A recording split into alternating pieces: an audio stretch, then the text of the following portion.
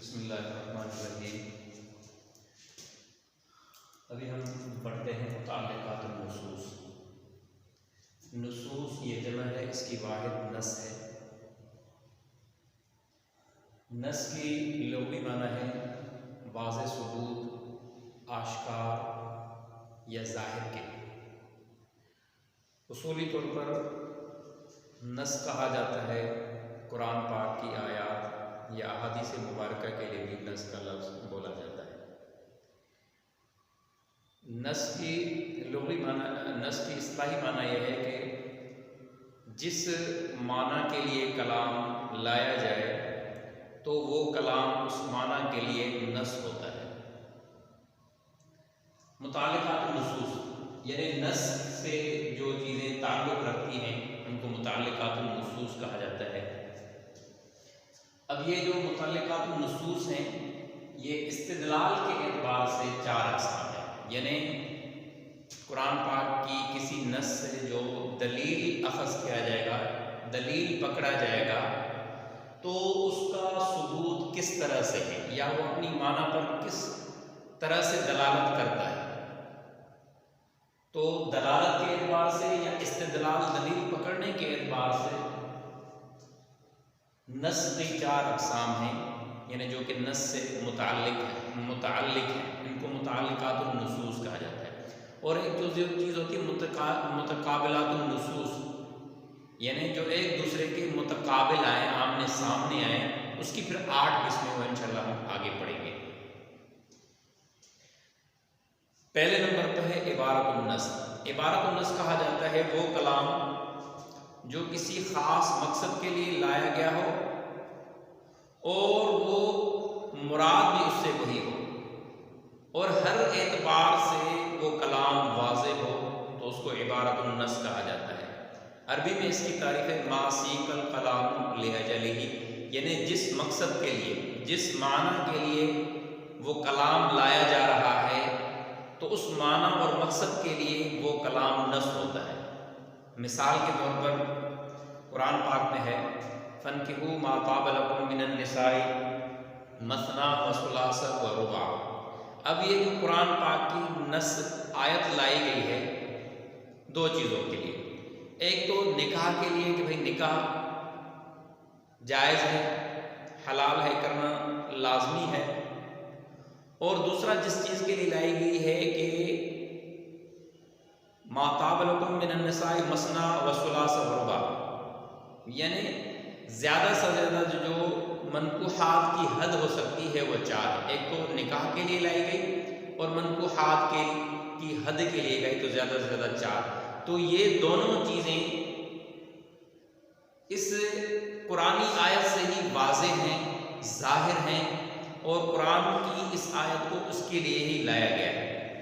یا دوسری مثال لے لیں، قرآن پاک میں فَاجْتَنِبُوا قَوْلَ الزُّورِ کہ جھوٹی باتوں سے پرہیز کرو۔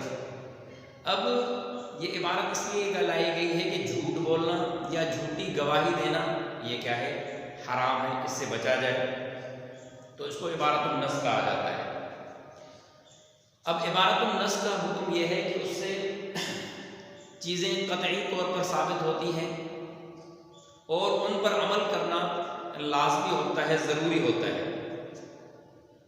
دوسرے نمبر پر ہے اشارت النص۔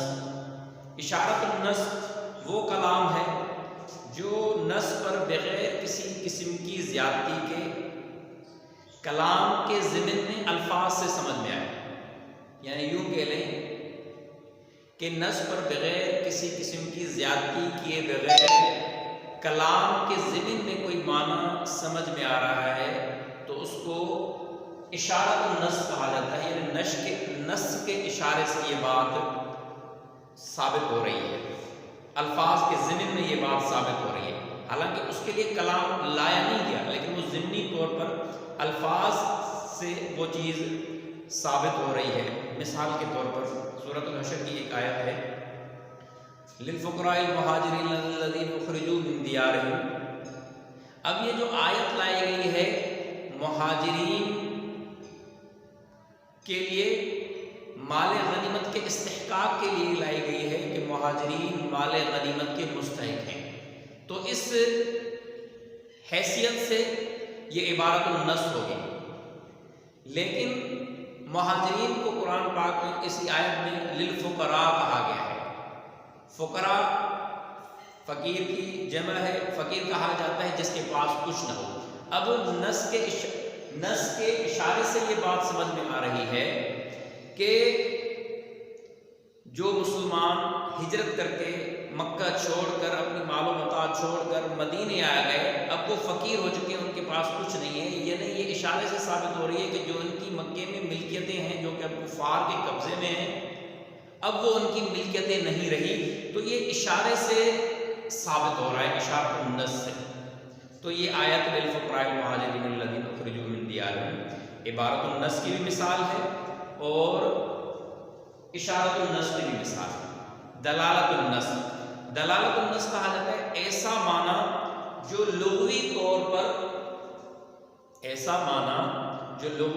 پر نص کے حکم کی علت ہو، لغوی طور پر نص کے حکم کی علت ہو تو اس کو دلالت النص کہا جاتا ہے، یعنی نص اس پر دلالت کرتا ہے۔ مثال کے طور پر قرآن پاک میں وَلَا تَقُل لَهُمَا أُفٍّ وَلَا تَنْهَرْهُمَا، والدین کو اف تک نہ کہو۔ اب جو عربی لغت جاننے والا ہوگا وہ سمجھ جائے گا کہ یہ جو اف ہے یہ اس بات پر دلالت کر رہا ہے کہ والدین کو اذیت نہیں دینی چاہیے، اس بات پر دلالت کر رہا ہے۔ تو اس نص کے حکم کی جو علت ہے وہ ہے اذیت، جو حکم دیا گیا ہے کہ اف تک نہ کہیں، یہ اس کی علت کیا ہے کہ ان کو اذیت پہنچتی ہے آپ کے اف کہنے سے۔ تو وہ چیز، ہر وہ چیز جس سے ان کو اذیت پہنچتی ہے یا اذیت سے وہ اف سے بھی زیادہ ہے یا اس کے مساوی ہے وہ چیز، تو وہ چیز بطریق اولا کیا ہوگی؟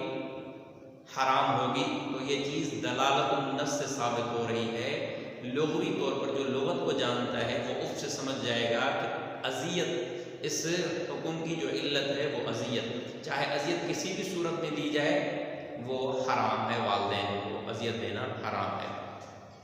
اس کے بعد ہے اقتضاء النص، یعنی جس کا نص تقاضا کرے، وہ معنی جس کا نص خود تقاضا کرے اور اضافے کے بغیر، وہ معنی جس کا نص خود تقاضا کرے اور اضافے کے بغیر وہ معنی سمجھ میں نہ آئے، تو اس کو کہا جاتا ہے اقتضاء النص، یہ نص کا تقاضا تھا۔ مثال کے طور پر قرآن پاک میں ہے حرمت علیکم امہاتکم وبناتکم وخالاتکم، تمہاری مائیں تمہارے اوپر حرام کر دی ہیں، حرام کر دی گئی ہیں۔ اب مائیں حرام کر دی گئی ہیں مطلب کیا؟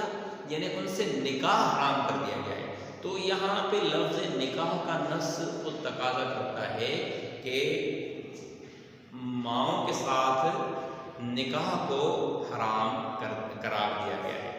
تو یہ تھی استدلال کے اعتبار سے متعلقات النصوص، اس کی 4 اقسام ہیں، یعنی یوں کہہ لیں کہ اپنی معنی پر دلالت کے اعتبار سے، یعنی جس آیت سے جس نص قرآنی سے جس آیت سے یہ جو دلیل لیا گیا ہے وہ کس حیثیت سے یا کس اعتبار سے لیا گیا ہے، آیا عبارت النص کے اعتبار سے لیا گیا ہے یا یہ اشارۃ النص کے اعتبار سے دلیل پکڑی گئی ہے یا دلالت النص کے اعتبار سے یا اقتضاء النص کے اعتبار سے۔ اب ان کا حکم یہ ہے کہ ان پر عمل کرنا لازمی ہوتا ہے، اشارۃ النص پر، یعنی ان کا حکم کرنا جو ہے نا، ان پر عمل کرنا یہ لازمی ہوتا ہے۔ جزاک اللہ۔